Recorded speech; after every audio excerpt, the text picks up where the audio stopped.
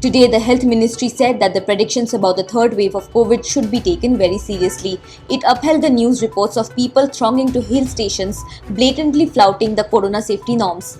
A senior official of the Health Ministry, Love Agarwal, asserted that people are taking the predictions about the third wave very casually like weather forecast reports. Niti Aayog member Dr. V.K. Paul said that signs of the third wave are already being seen in parts of the world. He added that as many as 3.9 lakh new confirmed cases are being reported from across the globe each day. Sources in the Serum Institute of India said that the production of Covishield has been ramped up to around 110 million doses this month. India is going through an ongoing struggle with the supply of vaccines to inoculate enough to thwart a third wave of COVID.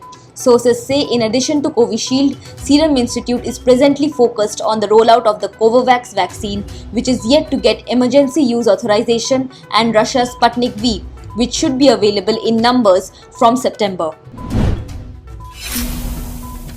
Today, the Finance Ministry said that keeping in mind the growing demand for holding clerical cadre examinations in public sector banks in local or regional languages, a committee has been formed to look into the matter. It further said that till the time the committee submits its report, the exams which are conducted by the Institute of Banking Personnel Selection or IBPS will be put on hold.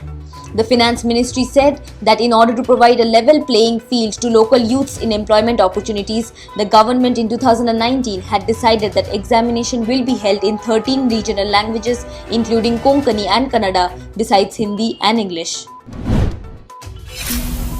Today, Congress slammed the centre over the surge of prices of petrol and diesel in the country.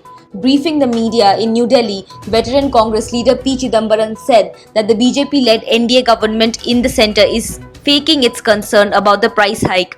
Congress has demanded the centre to immediately reduce the prices of petrol, diesel and LPG. He said that despite strong opposition, the government has continually increased fuel prices.